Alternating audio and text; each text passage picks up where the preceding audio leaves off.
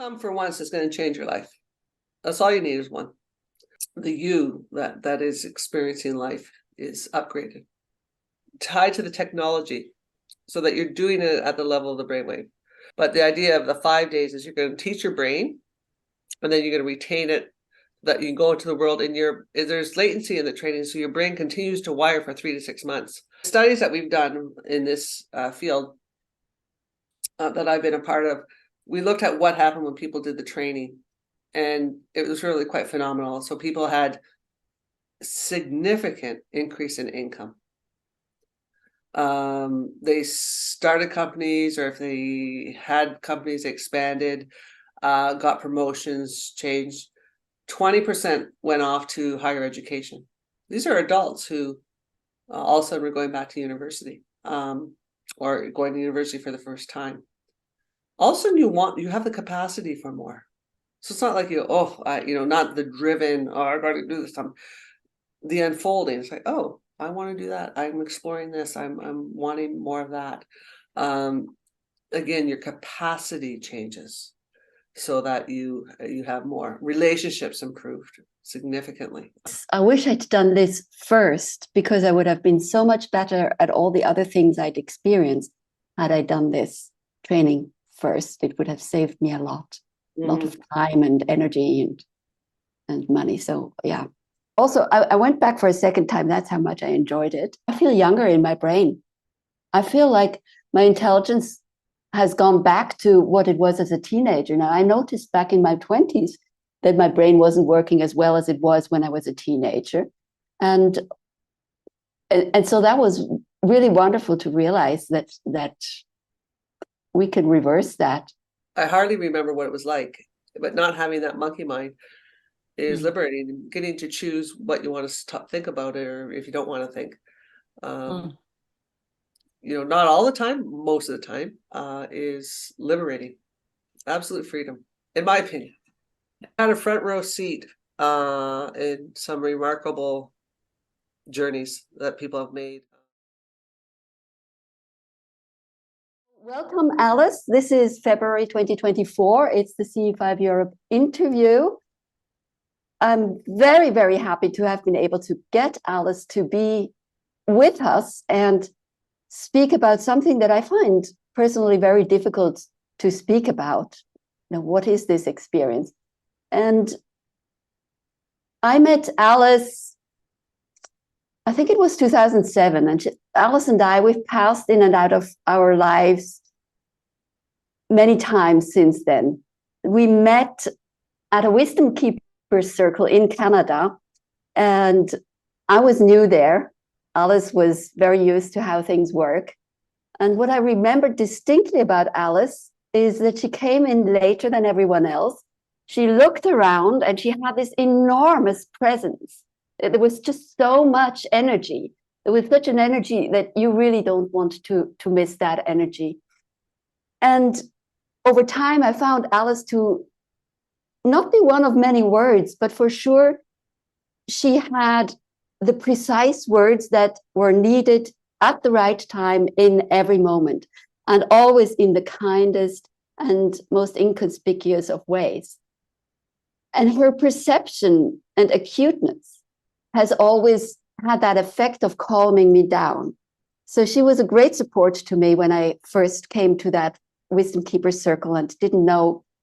I remember standing in a circle outside the sweat lodge, and it was cold. It was Canada, and my feet were getting cold. And Alice just whispered to me what to do. She just knew that I was freezing.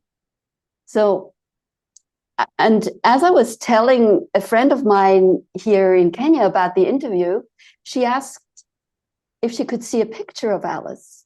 And she just tenderly held my mobile phone and spoke about that beautiful heart that she sees in Alice. So she's an extremely wonderful, beautiful, sincere person. At some point, both Alice and I, we were both instrumental in organizing a global 3-day ceremony with more than 100 people from every continent north of the Arctic Circle in Greenland. And as always, Alice would pave the way and I ran the details. So then after that, Alice came to visit while I was living in Munich. And that is when I saw the shift in her, the shift in, I see energy. So I saw the shift and I felt how her brain had changed, had become stronger and calmer. And I was curious, very curious. But it took me more than a decade to finally go and do this training. And for sure, I could find reasons not to go. You know, I could say it's not in my budget, or I don't have time, or, you know, I'll do it, but I'll do it later. Well, now I understand that the little mind, the ego mind, it knew precisely that it could not control me anymore if I do this training. So ego has all the reasons, and consciousness has the knowing. I knew I wanted to do it, but I didn't until just recently. So the experience is extraordinary, but how to talk about it. So welcome, Alice. Please share with us what you can, and we'll go from there. Thank you, Una. That's quite an introduction. Hi, everybody. Thank you so much for joining us this morning. So we're going to start with a presentation I put together to try to explain what it is Xternalized Mind is and what it can do for you or anybody who attends.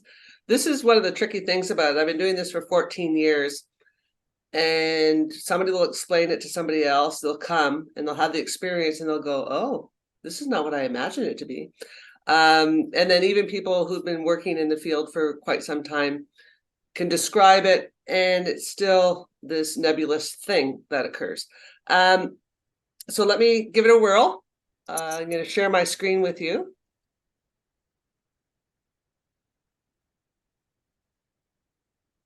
There we go.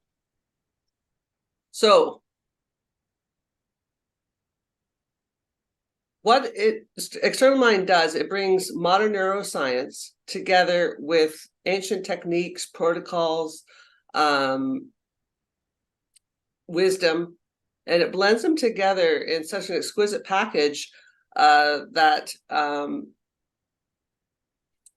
you have access to states of mind that you don't normally in waking consciousness.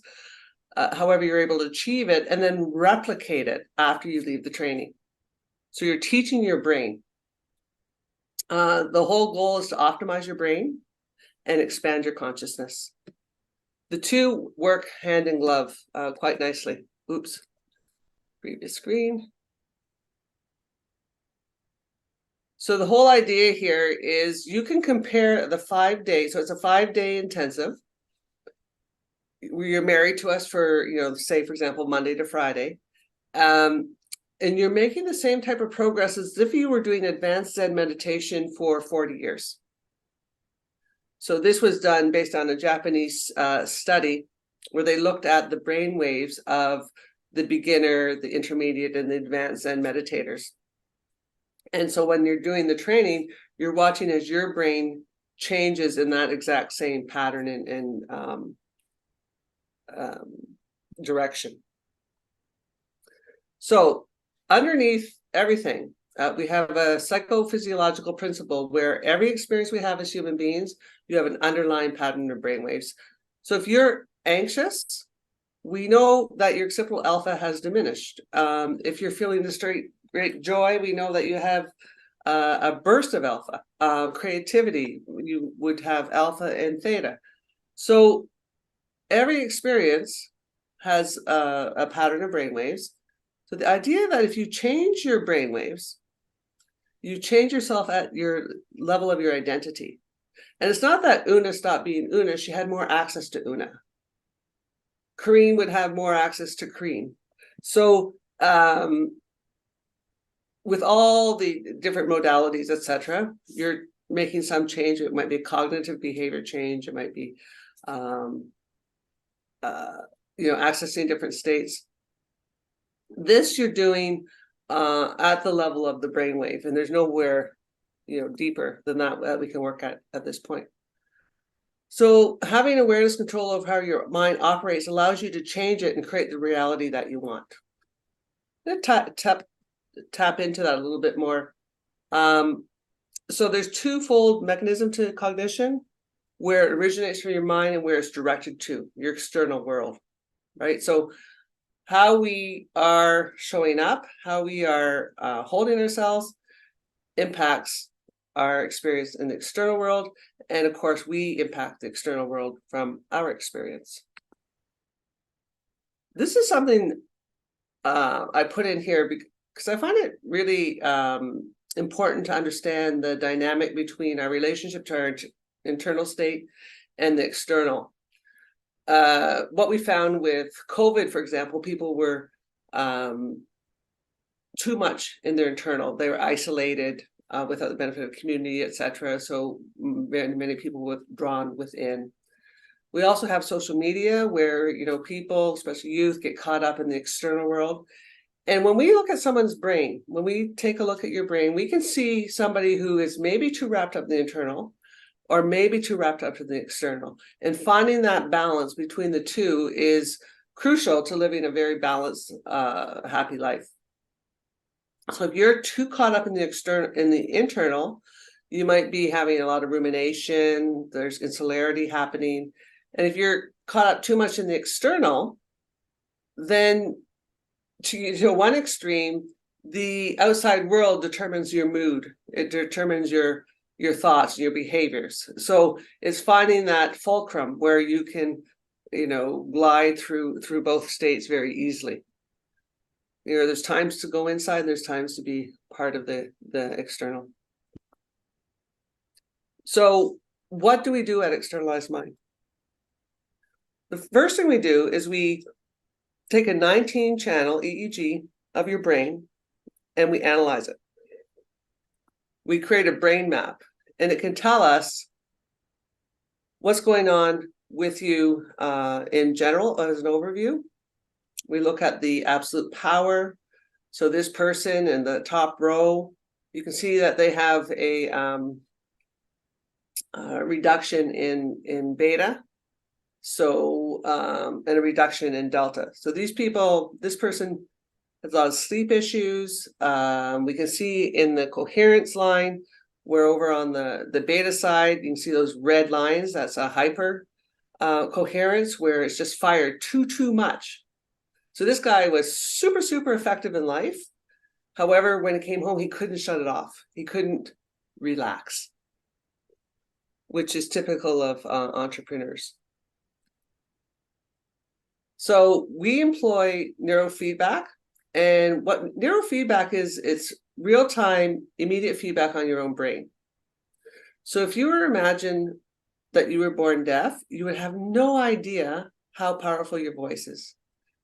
You can change the tone, you can change the pitch, you can change the volume to make yourself understood. All of a sudden, you're getting feedback on your brain, and it's like, oh, all this additional information helps you learn how to navigate it, how to move within it. So we do two different trainings. One is CAP training. So when we looked at your brain map, we saw maybe where you had weaknesses or maybe even your strength. We target those and we mitigate the weaknesses and we enhance your strengths. So say somebody who has anxiety, or they have, maybe they're a slow reader. So whatever it is, we have these targeted trainings to address that part of yourself. So it compares where you are to a normative database of people who show zero clinical symptoms, and it brings you in line. Then we have something we call gap training, and this is frequency training that assists you to get out of your own way. We all have issues and traumas and belief systems that hold us back. So if I stuck you with neurofeedback and I said, okay, go ahead, you're going to sit there for an hour or two, whatever, you would get benefit. But the problem is you get in your own way. So we have techniques and tools and protocols tied to the technology to get you out of that space. So throughout the week, you're facilitated, and to make sure that you're getting the most out of the training. It's 5 full days, and your meals and supplements are provided. Supplements are for your brain, for making sure that your brain has enough juice to run the week.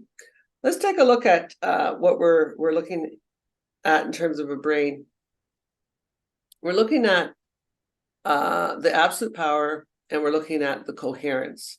And this is where we're comparing to the normative database to see how you're functioning. So this person, you can see that they have a deficit in alpha.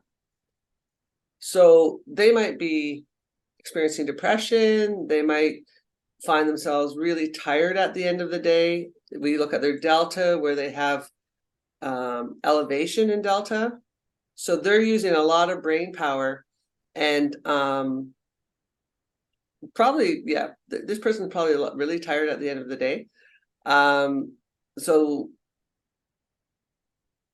you look at their theta and then the frontals. So this is where the decision making is all happening. They're probably not as effective as they would like to be. If we look at coherence, we see that the networks that are employed, so our brain is employing all different networks for different activities, and you want them to be able to fire on and off when you need them, and you want them to be as efficient as possible. So in this case, if you look at the delta, theta, you can see that they're slow connections. It's really, really slow to come online. Alpha, not too bad, a little bit in the frontal region, central.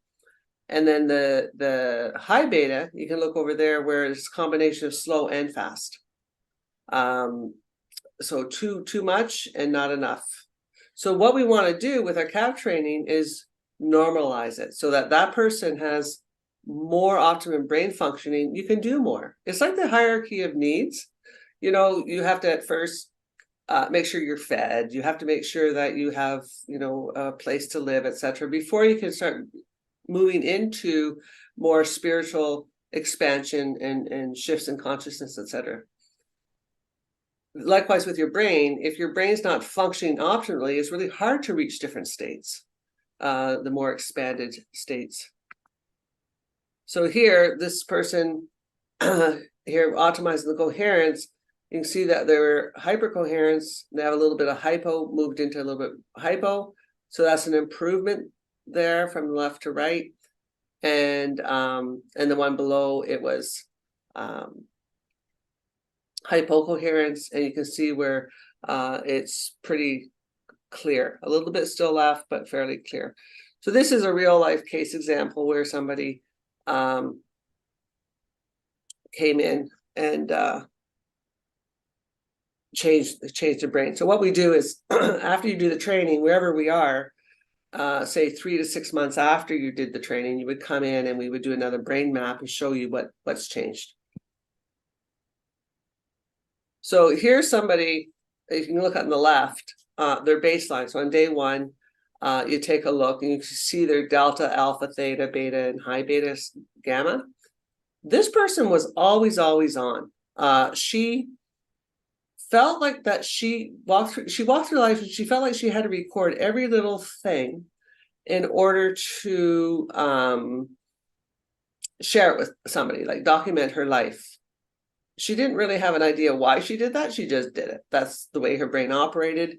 And she would work, super effective, and then she'd crash for 3 days to a week, and then get up and repeat the pattern again. So she was overusing her brain. Her brain was firing all the time.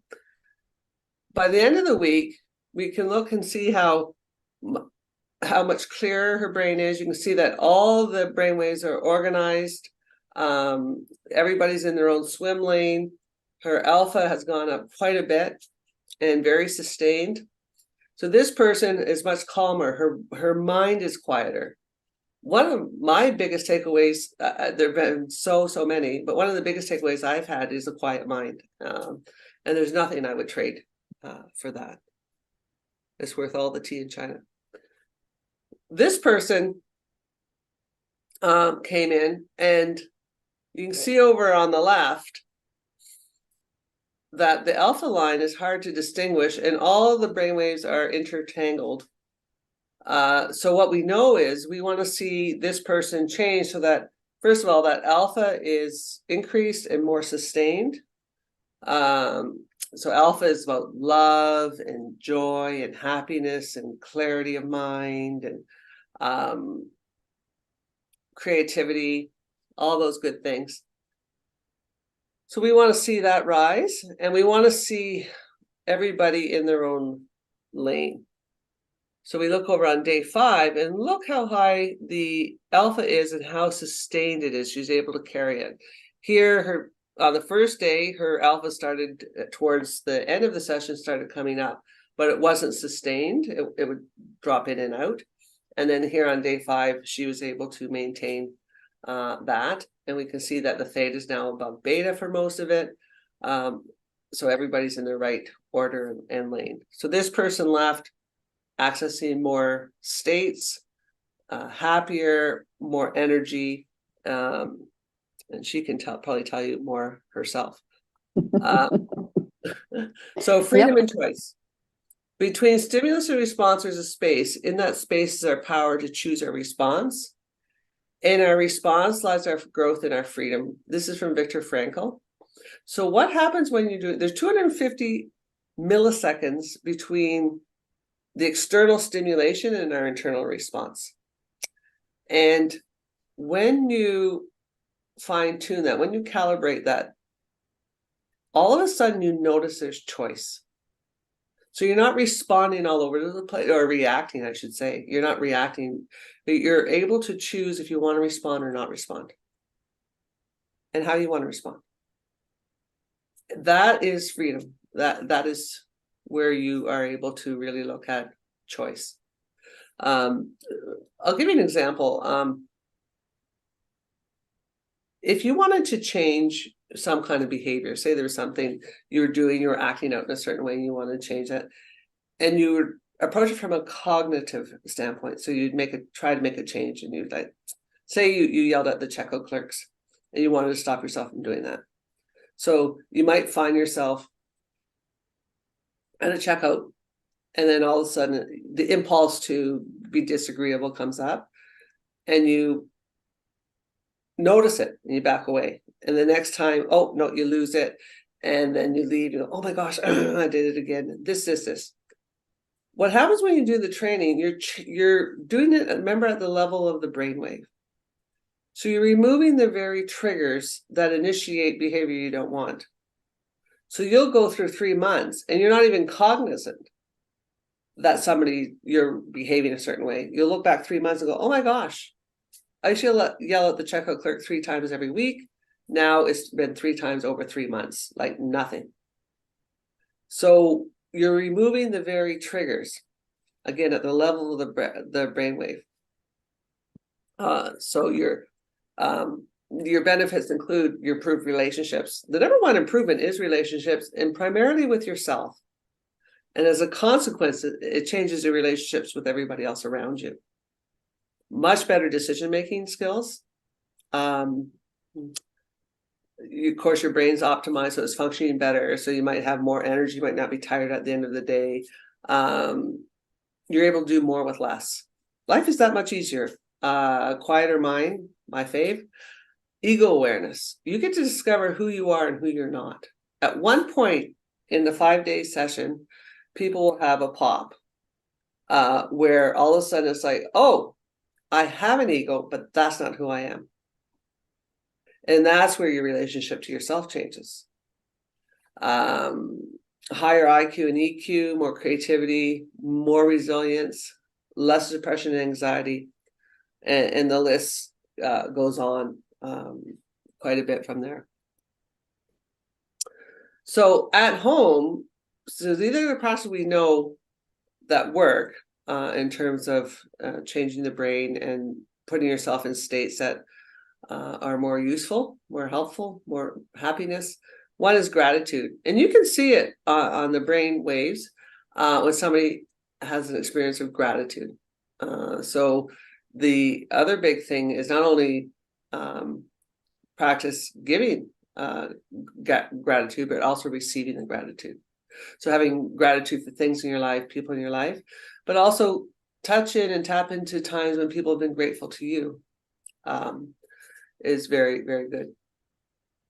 Meditation practice, of course. What we find, one of the benefits of doing, getting feedback, is to make wrong meditation practice right. So, you're on the beam or you're off the beam to do it. So making sure you have a good meditation practice. Presence, practicing presence. So this is where you bring yourself into the moment, and a device fast, unplugging from social media or anything else that takes your attention too much outside of yourself. Cross-cultural experiences, stepping into the experience of others, and then of course being now in community is very important. We need each other. We can't do this alone. So as humans, there's no limits to our potential. There's no limits to where you can go in your mind. Can I get a witness, Una? There are no limits to where you can go in your mind.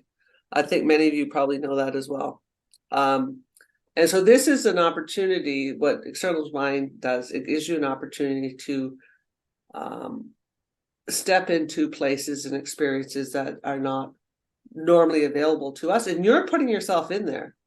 So you might do like ayahuasca, mushrooms, or any of the psychotropic plant medicine, but this is, you're doing it and you're teaching your brain how to get into those states and what it feels like to arrive in those, and then at the same time have the tools and ability to manage your ego, to shift the balance, as Leonard Cohen's song says, shift the order of the soul. Make sure the soul's in charge, and our ego is the servant, the useful but not controlling. So that's all I have to say about that. Unless there's questions, I'd love to answer them. Before we do, Una, did you want to say a little bit about your experience? Oh, sure. Well, it's really difficult to speak about it because it pops you into a space that is unknown, that we don't really have words for. And all of a sudden, you're in that big space and you're looking back onto yourself. So that ego pop that you talked about, that ego awareness, that was so cool to experience that. And maybe I can liken it to the experience of going snorkeling for the first time, and you're going underwater, and all of a sudden you have all these waves and all that noise, and you go under and it's calm and it's beautiful. You see all these colorful fish and you're in a different medium, you're in a different world. And yes, definitely happier, more joyful, calmer. Things matter less. And you just drop all those lingering shadows, those stories of the past decades that you've accumulated and that I've possibly worked on for yes, decades, but there's always a sort of a lingering thing. And this really is a burst of wow. I went back for a second time. That's how much I enjoyed it. And after that, I had my very first Kundalini experience. It's not something I desired or wanted or was looking for. It just happened. And another thing that happened was I feel younger in my brain. I feel like my intelligence has gone back to what it was as a teenager. Now, I noticed back in my 20s that my brain wasn't working as well as it was when I was a teenager. And so that was really wonderful to realize that we can reverse that.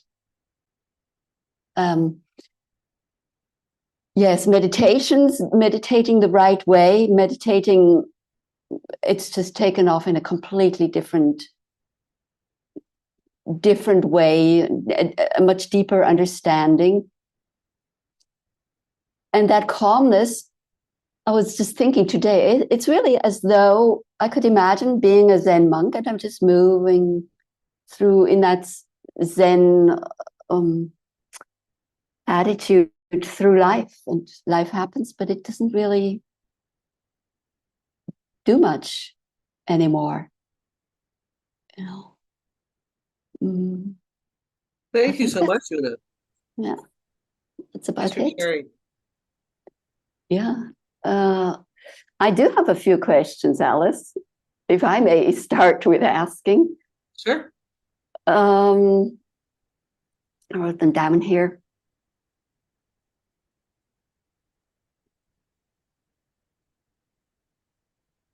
Can you talk a little bit about the connection of the heart and the brain? Mm-hmm. So, as you know, they're linked from a metaphysical standpoint. We tend to think of the heart as more our feeling nature, and our head is more of our thinking nature, and the two actually work hand in glove.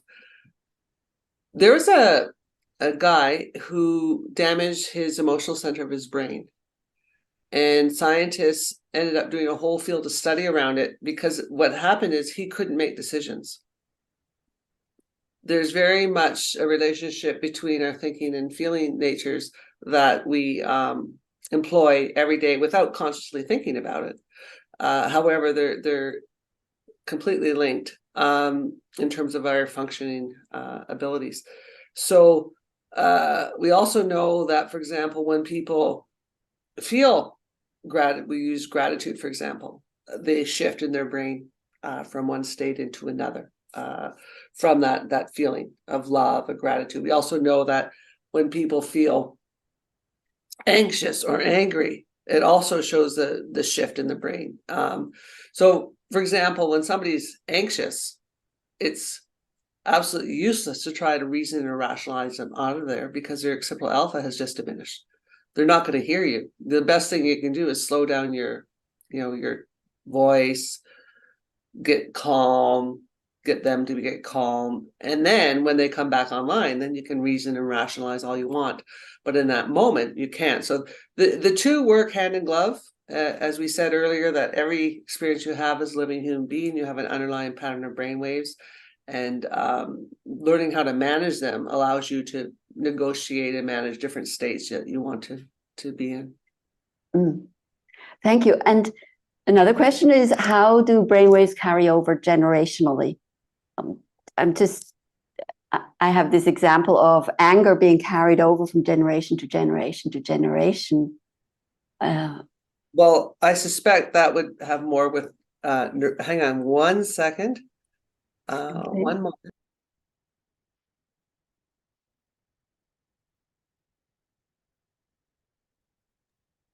Sorry. More behavioral. You grow up with an angry person, chances are, unless you break the pattern, you'll be angry. An interesting thing, though, a lot of my family have similar brainwaves, and there's this distinct pattern to them. But when you look at them, it's similar and recognizable.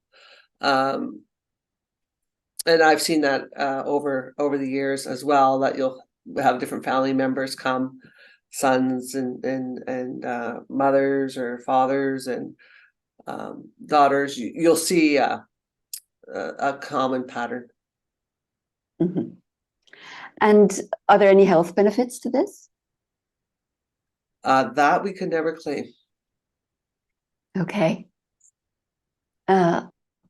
Yes, probably another experience I've had is, as I'm watching what happens in my life after my first 5 days, I noticed that many circles of people were falling away from my life, and it just happened all by itself. And at the same time, of course, new doors opened, new people came into my life. Connection with my family has improved. Yeah, I guess that's the other parts I can share. There was a question in in the chat that I'd like to relate. Sure. How do you take care of individuality? I'm translating as I'm talking here. How do you take care of the individuality of the people? That not all brains work the same way. Oh, for sure. Like no one's brain works the same, and you wouldn't want it to. For example, I always tell people, like I don't want my heart surgeon to have really high alpha because he'll probably leave the scissors in. I want somebody who's able to be detailed. In other words, not me. So everybody is unique. You can't compare one person's brainwaves to another person's. So when we look at your EEG, and there's gifts and everything. So you might have a deficit here, but it helps you. Like that's part of your wiring. So, for example, we had a woman who had a really attuned. She was a musician, and she had a very attuned left temporal for music, for sound. You even though there were some negatives to having that, she wouldn't change that for anything. She learns to deal with the cognitive things that she needed to deal with in a different way, but she wanted to retain that essence. It's like the guy whose his coherence was hyper coherence, like really strong. I showed you with the red lines. He used that all his life. It was a skill he had. He needed to learn how to navigate to go in and out of it better, to be able to shut it off when it didn't need it, and be able to turn it on when he did. So yeah, everybody's unique in their brainwaves, and that's how it's approached. Yeah. Great. Another question is, where does this all stem from?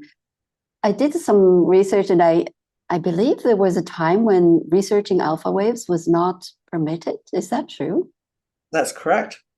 So it was 18 something or other that Hans Berger from, I think it was Austria, or German, first discovered. He was looking, his sister was clairvoyant, and had psychic abilities, and he was trying to figure out why she had that ability. And in his exploration, he discovered the alpha wave.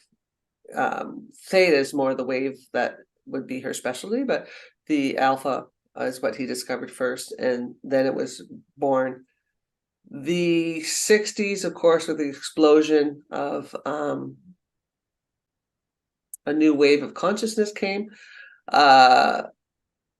The Nixon government tried to shut down the neurofeedback. And then, of course, it's now quite prevalent everywhere. A lot of research, a lot of study, neuroscience. This is the age of consciousness. So you can see a lot of we've already seen the explosion of the brain research, the information about the brain, consciousness, all of that is happening. And it's a good lid not to put back on. Yeah, well, thank you for doing this work. I know it's very special, and it's not done, in many places, but you do have a setup where you can travel. So my home base is Victoria, and my goal is to spread this around the world. And as we've seen in the world, that more consciousness is definitely being called, or we're being called. So I do pop up in different places. I was in New York, I'm going to Florida, and then we're going to do something in Europe and in Nairobi. Yes. So what does it take for you to be able to come to Europe? Now, I think one thing that is important, there's only 3 spaces per week. Is that correct? Mm-hmm. And there's 2 of you, you come with a technician. Mm-hmm. Mm-hmm. So it's very personalized, private facilitation, and so on. Yeah, I suppose if anybody's interested, let us know. Maybe you can talk about the spiritual experiences that people have. Mm-hmm. Yes. So don't tell anybody, but this is a spiritual program. So a lot of people come and have no idea, and of course they're going to experience something spiritual, wonderful. So people have Kundalini experiences. I remember one guy, he said to me, he had a Kundalini experience. I showed him on the EEG what that looked like. And he came in the next day and said, hey, I talked to my friend and he said what happened yesterday was a really big deal. And I said, yeah, it is. He said, well, you didn't act like it. And I looked at him and he said, oh, I get it. Around here it's a Tuesday. So it's part of the experience, so that people can have Kundalini experience and have an out-of-body experience. They have experiences. Somebody recently came and this is common, but she was blown away how she walked into her childhood home and visited, and it was more real than real. Like she had entered into that state where she walked into the past. People have visitors, high spiritual beings, people have gone on before them. People have these wonderful experiences of oneness, merging, unconditional love. The list goes on. It's endless. As unique as we all are, we all have our own experiences. We have people whose future life showed up, or past lives unfurled for them. So yeah, some really incredible things happen. And this is you're putting yourself into these expanded states, and you're doing it using the feedback, as well as getting the stuff that's holding you back, getting the stuff that's interfering of you being your maximum self, dissolving that so that you have access to more. Your container gets bigger. Yeah. Thank you. That's exactly how it feels, what it feels like. Yes, Dada, would you like to unmute, please? Hi, Una. Hi. Thank you so much. That's incredibly interesting to me. I've done some biofeedback healing in the past in Vancouver. I'm not sure if you actually are aware of Dr. Swingle and his clinic in Vancouver. And I am curious to find out as to how does your work within those 5 days progresses, and what exactly are you actually doing? Is it some similar to what he does, or how does it work? Would you be? I'm not sure what he does, but I'll tell you what happens is you're doing protocols and techniques tied to the technology, so that you're doing it at the level of the brainwave. So you're going in, for example, one of the things is forgiveness. It's a forgiveness protocol that's tied to the technology. So you're going wherever you are holding anything to yourself or others, and you're shifting it. So it's like you're taking it out by the root. That's where I talked about there's, the cognitive versus, the identity. So making that dramatic shift. The but the protocols, for example, the frequencies, the timing, the everything is thus and so to set you up to have this experience, to have a spirit. The whole idea is to get you to pop out of your skin encapsulated ego. If it's 30 seconds, 3 hours, whatever it is, to have you have that experience, and then change that relationship to yourself so that you're much more of a human being, kind, loving, joyful. And the thing is, once you have that, it moves from a thought about something, to actually knowing. So a lot of people have a thought about this or that. And matter of fact, a lot of people come in and they, I'm pretty good. Yeah, I'm done a lot of forgiveness, It's like, okay, great, good.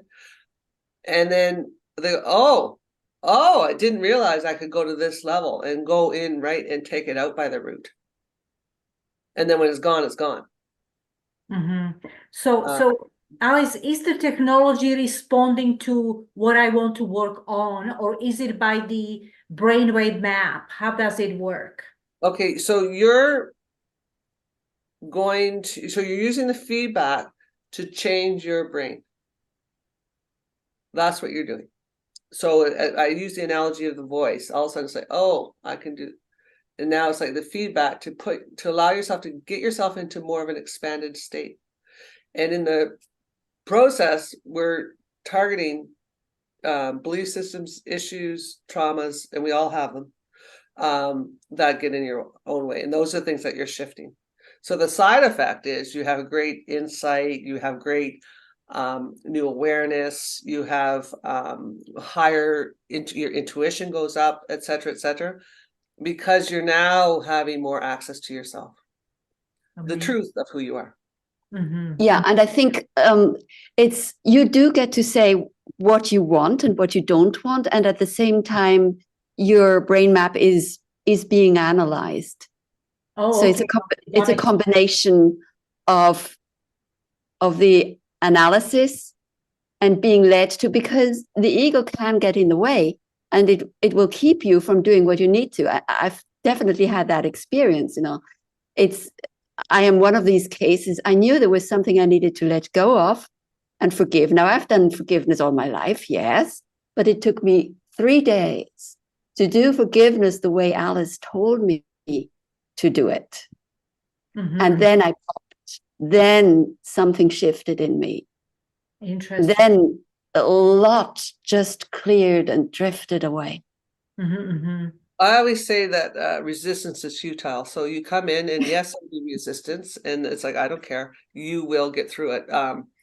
That's the facilitator's role, is to make sure that you're going to get the most out of it. So, you know, you have absolute permission to hate me for 3 days, but I know on day 5, you're going to love me. Alice, is there a need for 5 days? Is it always 5 days for some reason? Is there a reason for it? Yeah. Why 5 days? It takes 5. Okay. There's also the first thing is to learn. So you teach your brain to learn, and then you want to retain it so that you go to the world, you have the retention of it. We've experimented with 3 days and we can't get you there. Okay. Maybe there'll be a new technology that comes into play in the future. However, any workshop you go to, any experience, Vipassana, for example, is a 10-day retreat, is usually on the 3rd day the ego kicks in. So if you made it shorter, you would never get able, people wouldn't be able to bust through. They wouldn't be able to make the shift. Mm-hmm. Like some people can shift on day 1, day 2, day 3, day 4, day 5, it doesn't matter. But the idea of the 5 days is you're going to teach your brain, and then you're going to retain it, that you can go into the world, and there's latency in the training, so your brain continues to wire for 3 to 6 months. So we don't take another brain map at the end of the week. First of all, you're going to be tired, but also we want to see what happens when you finish wiring, and then we'll do another brain map and see where you're at. Okay, thank you so much. Thank you. Beautiful explanation. Thank you. You're welcome. Eva Maria.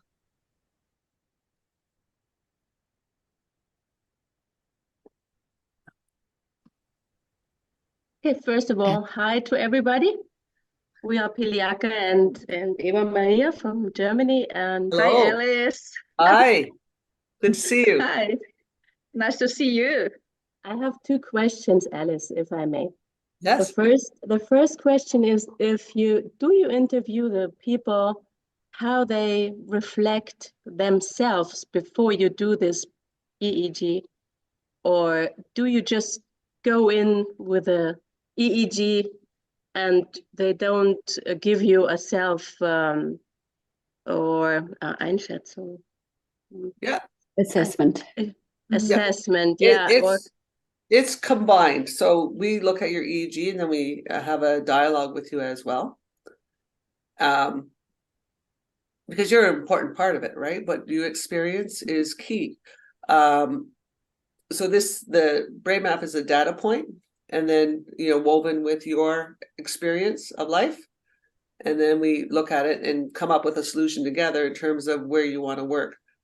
On the targeted CAP training, where we're looking at your weaknesses and changing them, or if you have weaknesses and looking at your strength and enhancing them.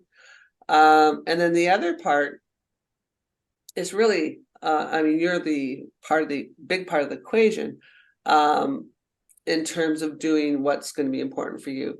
Your facilitator is going to make sure that we're not entertaining your ego. We're looking at the part of you that is Real. the integrated self, if you will, lack of a better word. So yeah, you're very much part of the whole experience. Yes, and the second question was, when is the next training, or where do you offer the next training? We were thinking about. Yeah, the next training, the Florida trainings are all full. The next training is the end of March, 1st of April in Victoria. And then, Una, do you have the dates for May in Europe and the dates for Africa? Yes, one moment. We were looking at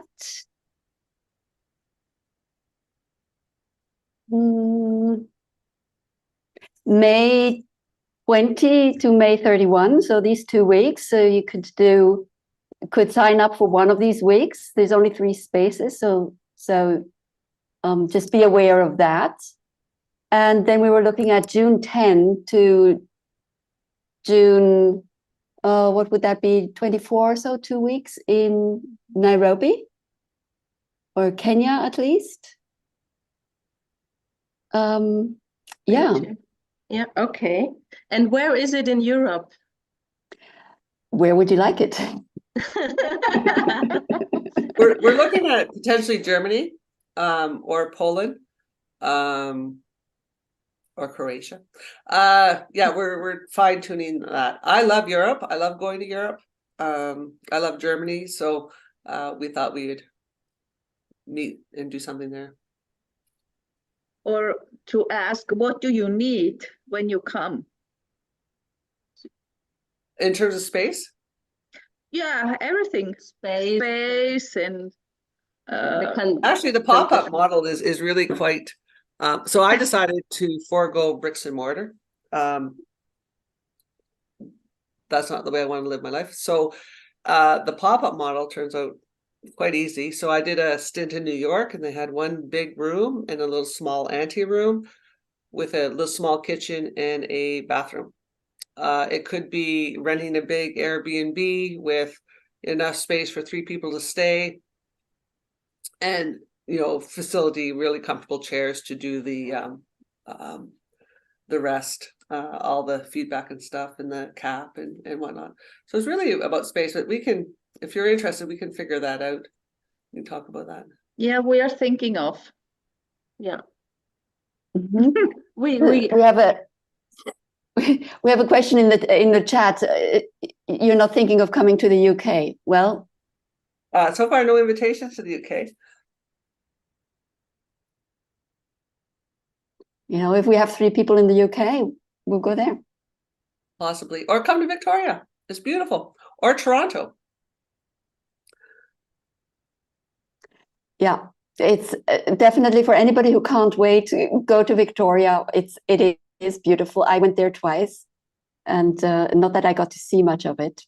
No, because you just sort of cocoon in that expanded state. You don't want to go out, or I didn't. So you can come for once. It's going to change your life. That's all you need is one. Some people, though, myself included, all of a sudden it's like, oh, you want to play more on the edges of your own consciousness, on the edges of your own awareness. So you might want to come back for more. However, one is really life-changing. And that expression gets so used. This is incredible. So in the science, in the studies that we've done in this field that I've been a part of, we looked at what happened when people did the training, and it was really quite phenomenal. So people had significant increase in income. They started companies, or if they had companies, expanded, got promotions, changed. 20% went off to higher education. These are adults who all of a sudden we're going back to university, or going to university for the first time. All of a sudden you have the capacity for more. So it's not like not the driven, oh, I gotta do this. The unfolding. It's like, oh, I want to do that. I'm exploring this. I'm wanting more of that. Again, your capacity changes so that you have more. Relationships improved significantly. Yeah. So life still happens, like things go on, but the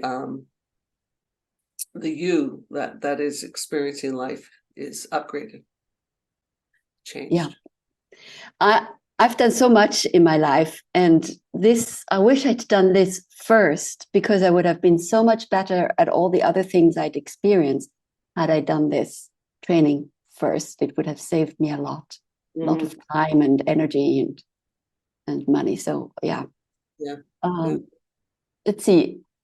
Eva Maria Piliaca, is there anything else? Did you want to ask anything else, or do you have your questions covered?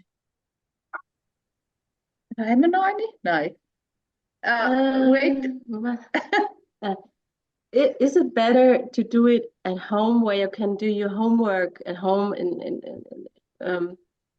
concerning the community part, if you have to serve or do something to serve the community, or do the meditation? If I travel somewhere else, then I think about maybe my homework is not so intense as I try to do it at home, this training, because I can, the homework means that the whole 5 days is in a special energy, where I just concentrate my energy on the focus of training my awareness.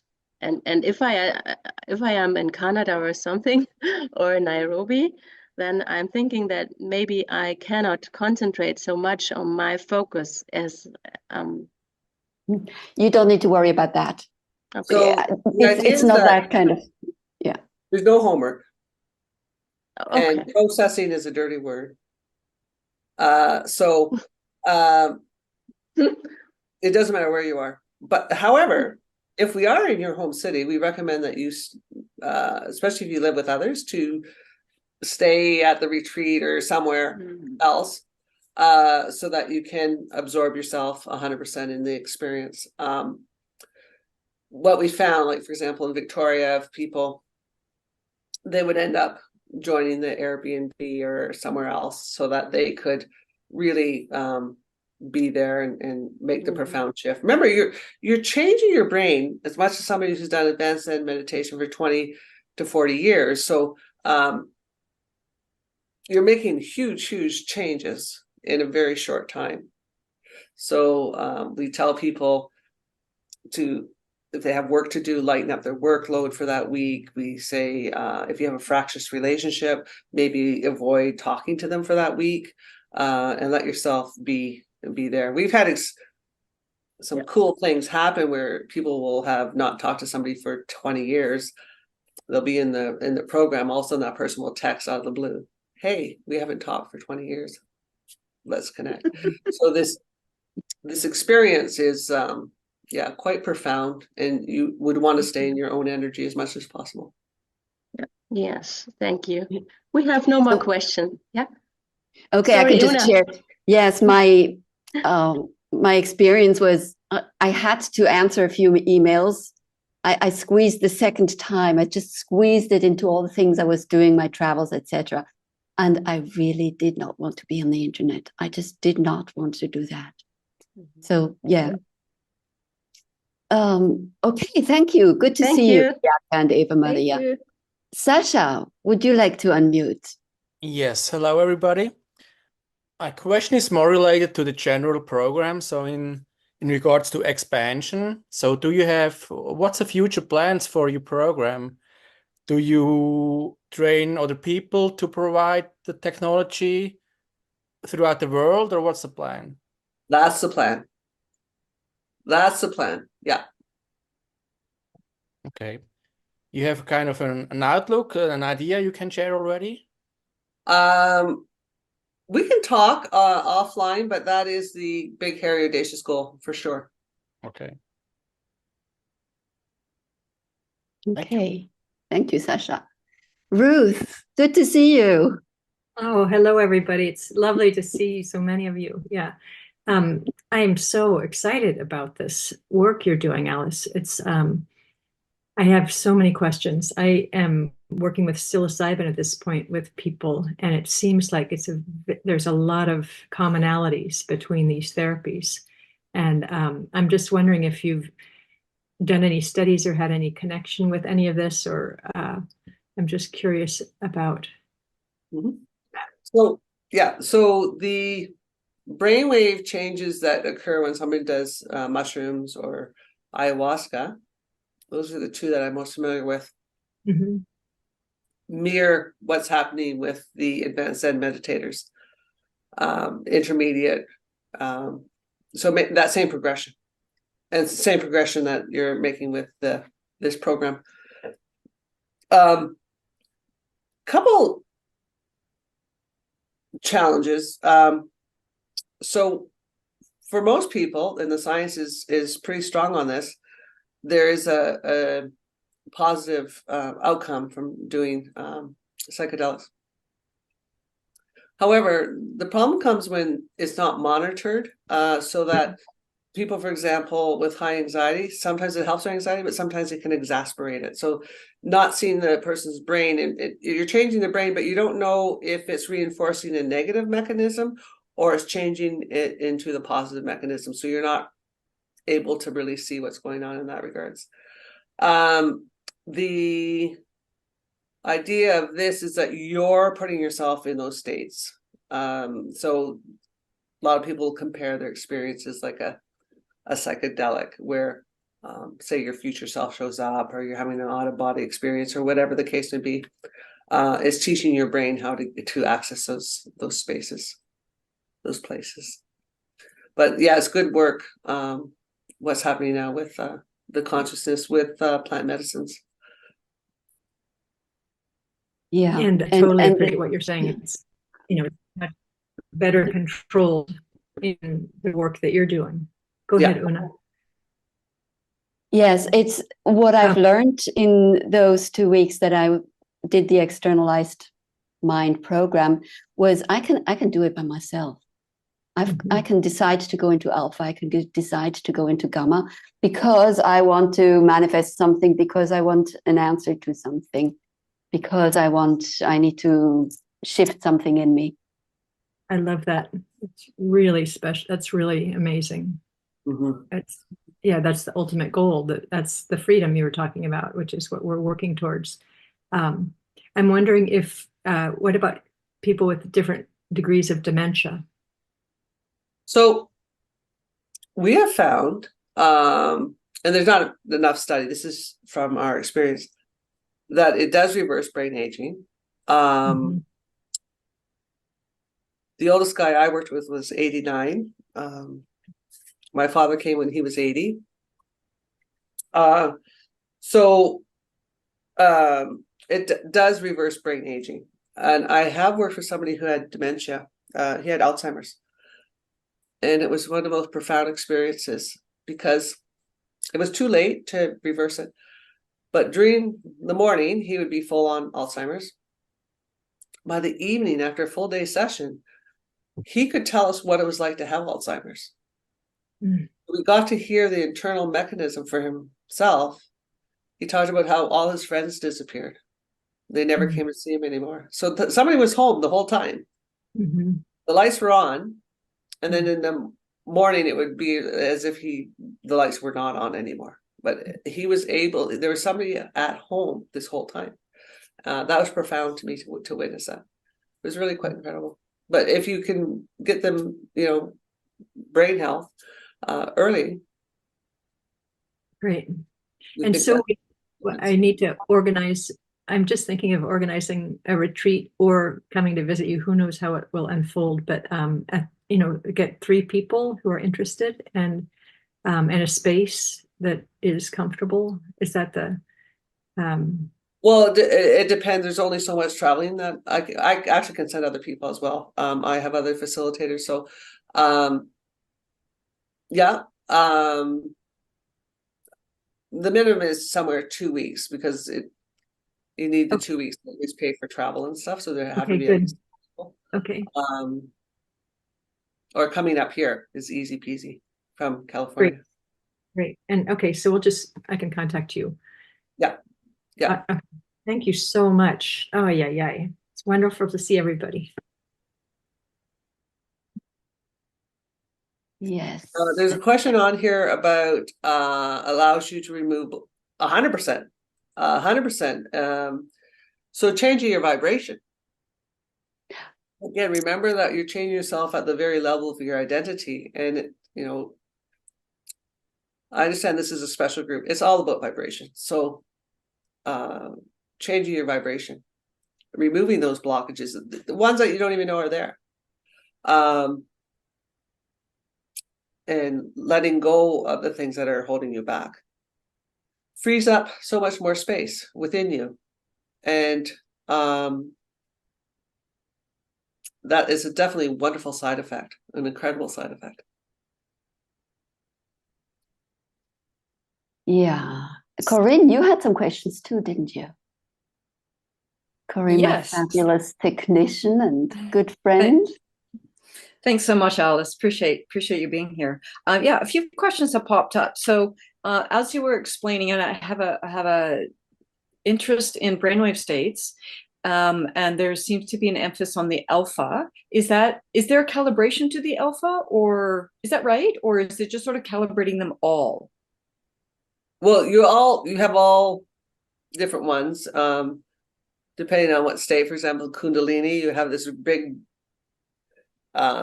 increase in alpha, and then it completely drops out, and you have delta take over, and then gamma. So those are distinct patterns. If you're sleeping, you're going to be more depending on what sleep mode you're in, but there'll be more delta or what. So every experience is going to shift into different ones. The reason we talk about alpha is it's our more awakened state. We have beta brain. If you have too much beta, you're going to be maybe under a lot of stress, anxiety, rumination, whatever. And the alpha is about more relaxation, love, all those kind of things. So yeah, you're going in and out of different predominant brainwave patterns all the time. So, but we start with more on the alpha. It's the easiest one to teach you how to move around. And Gotcha. the most benefit we can get out of you for that week. Okay, We have great. different trainings, different but everybody starts at learning that one because that's the easiest one to learn. Okay, great. Thank you. And also, we were talking about retention, and after 3 to 6 months, there's sort of a scan just to see where the wiring has gone. What have you found about long-term retention? And one of the things you said, because you're really going to the root. So how is retention in the long term? So I haven't seen any studies in terms of the brain itself over the long term, but I participated in a study we did where we looked at people when they did the training, and then what happened, 6 months, 1 year, 3 years out. And that's when you start seeing what changed in your life. Okay. The people Right. going to university, the people starting businesses, the people with relationships. Yeah. And I can imagine it takes time for these things to come up and surface, and then come into a person's life. Yeah.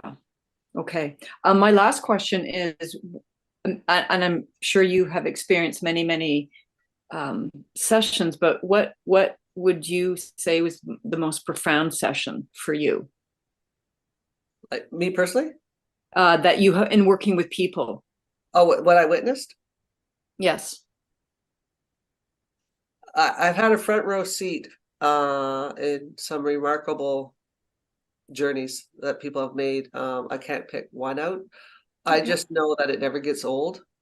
When you sit with somebody on day one, and you see who surfaces on day 5. I remember this is not the most remarkable. I'll just share a few stories. Sure. I remember one woman, she's around 60 something, and she was on high blood pressure medication. And she came bouncing on day 3 and said, "That's it. I don't want to be happy. I've always been unhappy. We both know I've always been unhappy. And I just want to be unhappy. I don't want to be happy." And I said, "Oh, okay. Well, drop your belief system. And on day 5, you can pick up your belief system all you want. But right now, just stay with it." So, okay. So on day 5, she's got this big smile, her lights in her eyes. She's very, very happy. And I said, "Hey, it's day 5. Do you want to take your unhappiness?" Oh my God, no. She was so afraid of change. She was familiar with what she knew, and she didn't want to make the change. And then, of course, our job is to make sure that you keep going. And she did it. She had an experience. She had been on high blood pressure medication since she was 17, and she went home and the doctor took her off it. She didn't need it anymore. There's been some remarkable stories. It's why I'm still doing it. It's why I have such passion and joy about it. It's the fastest, quickest thing I've ever seen to make radical, beneficial change, so that you have more access to who you are, more love, more joy. And eventually you'll come to a point and realize that you've never been hurt. No one's ever hurt you. Not to minimize when somebody is feeling hurt or pain or whatever the case may be, but to be able to make that shift and have access to that person who's always existed within you is revolutionary in terms of living a happier, better, fulfilled life. And you mentioned earlier, you have choice. Thank you. You mentioned earlier one of the benefits for you was having a quiet mind, and is that, and sort of similarly with other people, the sort of more profound effects that I'm sure, because you have done this to yourself, what has that been for you? The quiet mind. So people will experience quieter minds. But not having monkey mind is, I hardly remember what it was like, but not having that monkey mind is liberating, and getting to choose what you want to think about it, or if you don't want to think. Not all the time, most of the time, is liberating. Absolute freedom, in my opinion. Yeah. Great. Thanks so much, Alice. Appreciate it. You're welcome. And you don't necessarily need to wait, long term, 3 years for things to happen. For me, after the first week, 2 weeks after the first week, my perfect living space turned up. Eva Maria, you have one more question.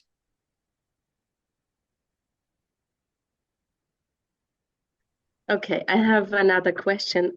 What is the youngest on age you would accept for this training? 12. 12. Oh, that's good. Okay, and this is one question. 15 is better, but 12. Nothing younger than that. Okay, probably my middle daughter would be interested, and it would be very good for her. And another question is there a special part you work with the pineal gland in this training? Pineal gland? You're not working. I do focus on that for myself, but it's not, you don't target specific. Well, there's different spiritual centers in the brain where you can connect with and play with. But there's nothing specific about the pineal that we do. Thank you. That is it. Well, thank you everybody for having been here. Thank you, Alice, for a wonderful, wonderful talk. Thanks for having me, Una and Corrine. Much appreciated. And thank everybody for coming and having a listen.